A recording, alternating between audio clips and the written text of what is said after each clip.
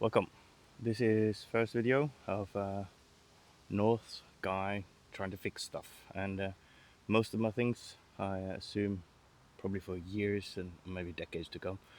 I'm going to try fix her. 2004 E65, 111 miles. Picked her up half a year ago.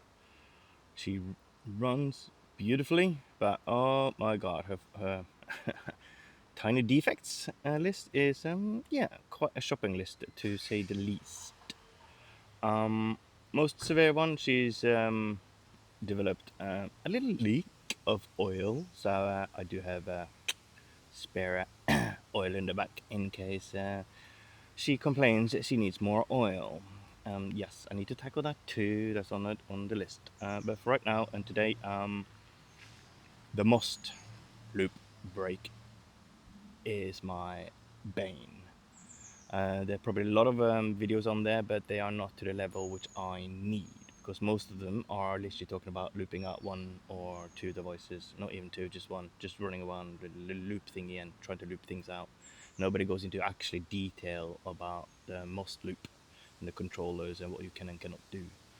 Also, a lot of people I don't see haven't read BMW's manufacturer's manual about how to debug a must loop brake. So I've done a lot of reading, but I'm still at short. So I'm creating a video because I want to reach out to the community and see if there's somebody who can help me. Because I've been driving now since February. We are now in start of September, and I have no fucking music. Can I say fuck? Yeah, I just did twice. So fuck it. 3.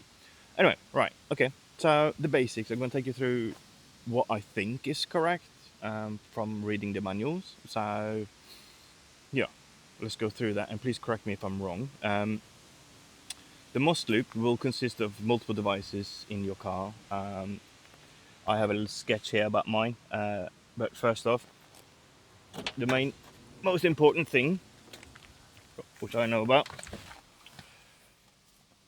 control display, is actually, from my understanding, the master control unit of the MOS loop circuit. So that's literally the master, right? So, and this one you cannot loop out. Same thing, the combi instrument cluster you cannot loop out, and also your ASC unit you cannot loop out. So there are 3 devices which you cannot loop out. Other than that, I think most of them can be looped out. I myself, I have CD changer. The antenna unit is up in that pillar there behind there. That's that. I got that one, and then everything else is in the back. Let's have a look. Ah, come on. Yeah, I need to fix that too. Don't even give me. Ah, man. But yeah, here is your nav unit, your Bluetooth speech, your logic. So yeah. Right. So my problem, I'll show you, is the well-known no display, right? And you try to press entertainment, and of course you don't have no CD or CD changer. Right. Right. So I'm gonna load up ISTA. We're gonna be using ISTA. So yeah, no, IMPA. Give me one sec. I'll load it up. Okay, so got my computer connected with a cable.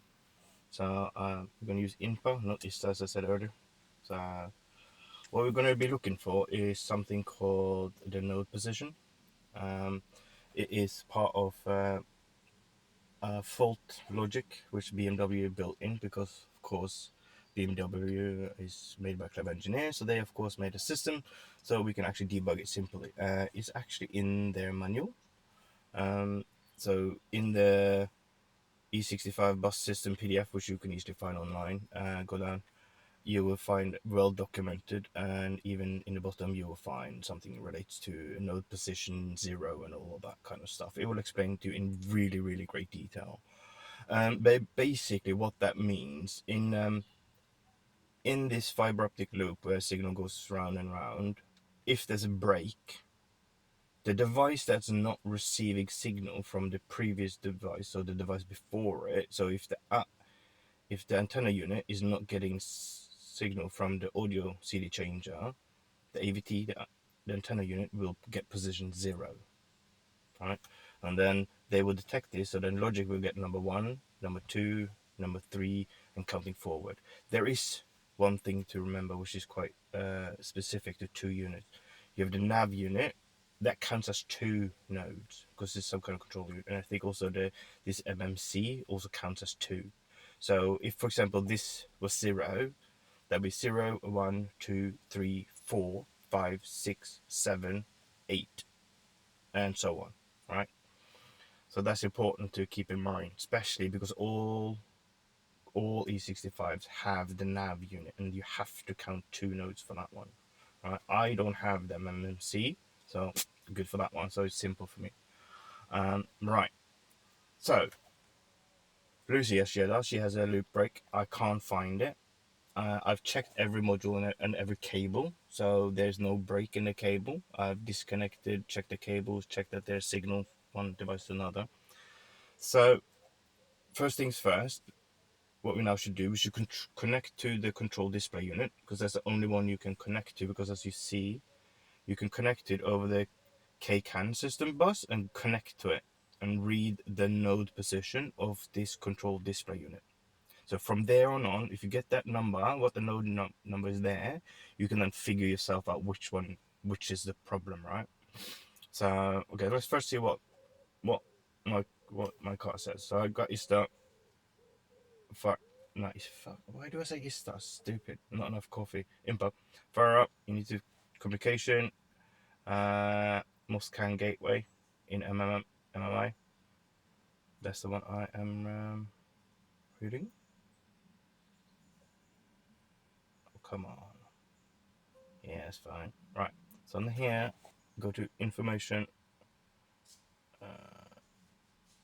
Was it identity? More information. So identity. No. I forgot exactly where it was. Where was it? It was. That's fine. And then status. Status stuff. Of course. So here, alright, go to status and number 1. Most subscriber 1.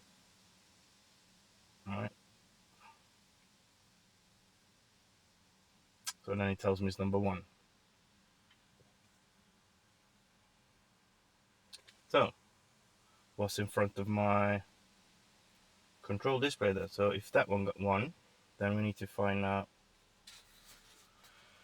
And then I have my lovely display of my system. So based on this, right? So I got 1 here, and we go backwards, right? So it means this is 0. So it means my issues with the ask unit, right? So this is dead. So that's what I automatically would then assume, right? So it tells me my ask unit is an issue. So what I'm going to do now, I have another ask unit. It's not been programmed, but I'm going to put it in and I'm going to show you what most subscriber we get after we change the ask unit. Right, so I've now plugged in a different ask unit. And now we can see that I got most subscriber. So most subscriber is just the same as now, right? Now it's 8. What's really funny is it goes back to 1 and 8. I wonder if that is because the ask is not programmed or not. I don't know. Problem is though, I can't program this because I still have reported loop break. I've tried to leave this ask unit in, turn off the car, disconnect the battery for like 2 minutes, more than 90 seconds, even more than ISTA, most loop break diagnostic says. So, right, so 8, right? So now it will tell me I have a problem with number 8. So If you then go back to this lovely,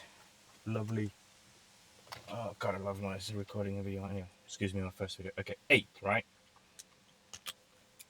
So now we start here. 8, 7, 6, 5, 4, 3, 2, 1, 0. Right. So this technically tells me that the break is between the CD changer and my antenna unit. Right. But what is funny, what I have done is debug just to check. I've looped this out, and what happens when I just loop the CD changer out, this number just changed to 7. And that means it's this one, right? So that doesn't make sense. Also, I have another CD changer. Yes, I've been so stupid that I pretty much have every device here except the logic and the speech one, and nav. I can replace, I think, the top ones of these here if I need to.